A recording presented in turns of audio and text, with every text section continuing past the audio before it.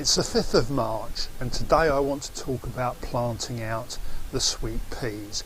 It's still a little bit cold at night, but the way these peas were propagated means that they can cope with temperatures down to about -5, so that should be fine. If you want to see a video about how they were propagated, look at my video number 1, and if you want to see a video about how they were stopped off to encourage greater side shooting, have a look at my video number 5. Now the first thing I'm going to do, now I've taken them out of the cold frame, is to stand them in some water for a couple of hours so they soak up the water and the soil becomes really wet. The reason for that is partially to give them a drink, but also to make sure that as much of the soil as possible stays with the roots when they're transplanted into the ground. So while the peas are soaking, let me tell you about where I'm going to plant them. The collection of sweet peas I've got is called the Chelsea collection from Eagle Sweet Peas, and that is 8 varieties. So I've got enough space to do 4 plants from each variety. 8 4s are 32 on either side of this frame. Now the first thing I did when the frame and the weed suppressant fabric wasn't there was to dig up trenches along both sides of the bed and then mix some organic fertiliser in with the soil and then put it back in the trenches. So we've made the trenches ready to plant. Here's a picture of the of one of the trenches when I just dug it out. The next thing I did was to lay the weed suppressant fabric over it. This is, again, as I've spoken about before, a section of weed suppressant fabric that I've used many times before.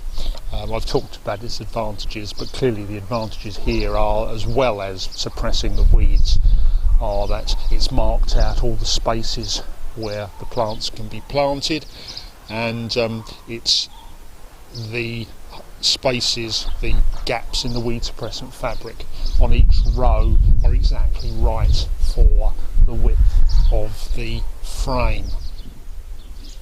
2 other things I'd just like to mention. One of them about the weed suppressant fabric, if you're thinking of using it. I tuck it down the edges of the bed with a lawn edger. So when the plastic is laid across the bed, I just push down the edges into the ground along the edge here.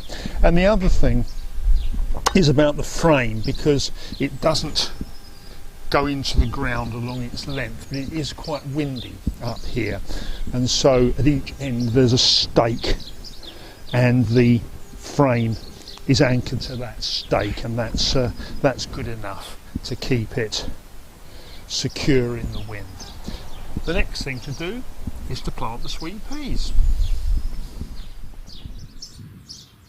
Okay, the first thing I'm going to do is take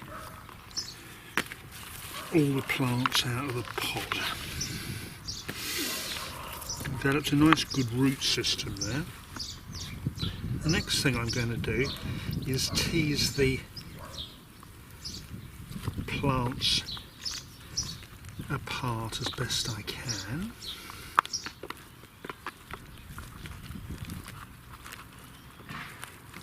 Oops.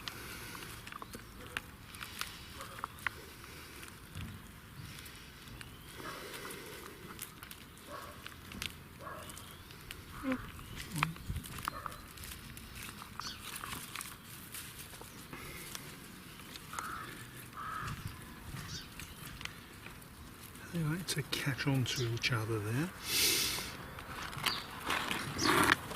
Right, now the next thing I'm going to do is to dig out a little bit of earth from one of my holes using a bulb planter, which is a brilliant way of making easy holes. And then I'm going to put a nice sweet pea into the hole, bed it in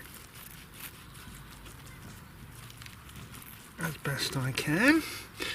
Then I'm going to thread the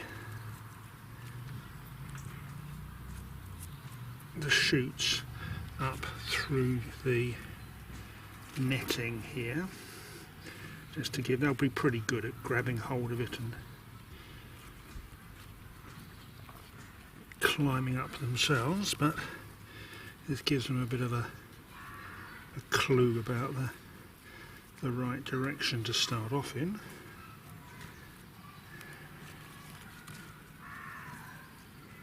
I can just go through there. That can go through there. You've got to be careful not to break them. They don't break very often. They're quite flexible. And then I'm just going to put a little bit more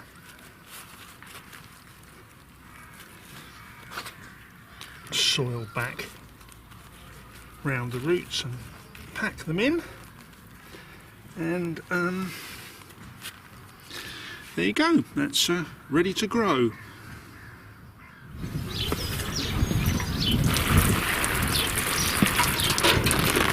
The final thing to do is just water them in as you would any plant.